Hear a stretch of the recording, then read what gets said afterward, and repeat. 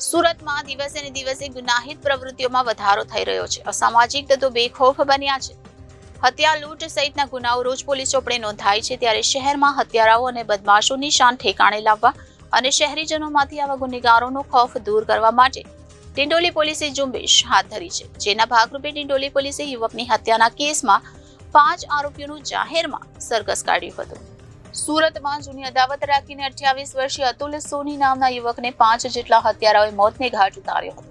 આ કેસમાં ડિંડોલી પોલીસ સ્ટેશનમાં ફરિયાદ નોંધાતા પોલીસે કાર્યવાહી કરી 5 હત્યારાઓને ઝડપી લીધા હતા. ડિંડોલી પોલીસે હત્યારાઓની શાન ઠેકાણે લાવવા માટે જાહેરમાં તેમનું સરઘસ કાઢ્યું હતું.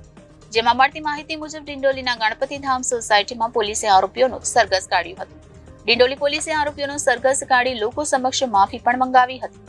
હવે પછી ગુનાહિત પ્રવૃત્તિ નહીં કરે તે માટે જાહેરમાં જ 2 હાથ જોડી લોકો સમક્ષ માફી મંગાવી હતી. હત્યારાઓનું સરઘસ કાઢી ડિંડોલી પોલીસે આરોપીઓને બરાબરનો પાઠ ભણાવ્યો હતો. સાથે જ શહેરીજનોમાંથી ગુનેગારોનો ખૌફ દૂર થાય અને ભવિષ્યમાં કોઈ ગુનાહિત પ્રવૃત્તિ ન કરે તે માટે પોલીસે આરોપીઓનું જાહેરમાં સરઘસ કાઢ્યું હતું. જ્યાં સુરતમાં દિવસે ને દિવસે ગુનાહિત પ્રવૃત્તિઓમાં વધારો થઈ રહ્યો છે. અસામાજિક તત્વો બેખૌફ બન્યા છે.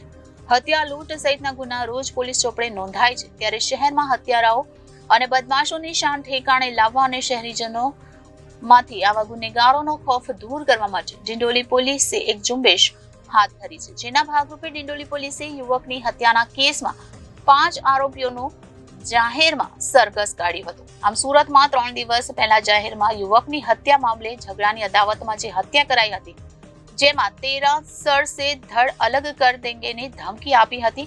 જેમાં ડિંડોલી હત્યામાં 4 આરોપી પકડાયા હતા. આ 4 આરોપીને પોલીસે રિકન્સ્ટ્રક્શન કરાવ્યું હતું. Reporter Arvind Rathod, Janadesh news, Surat.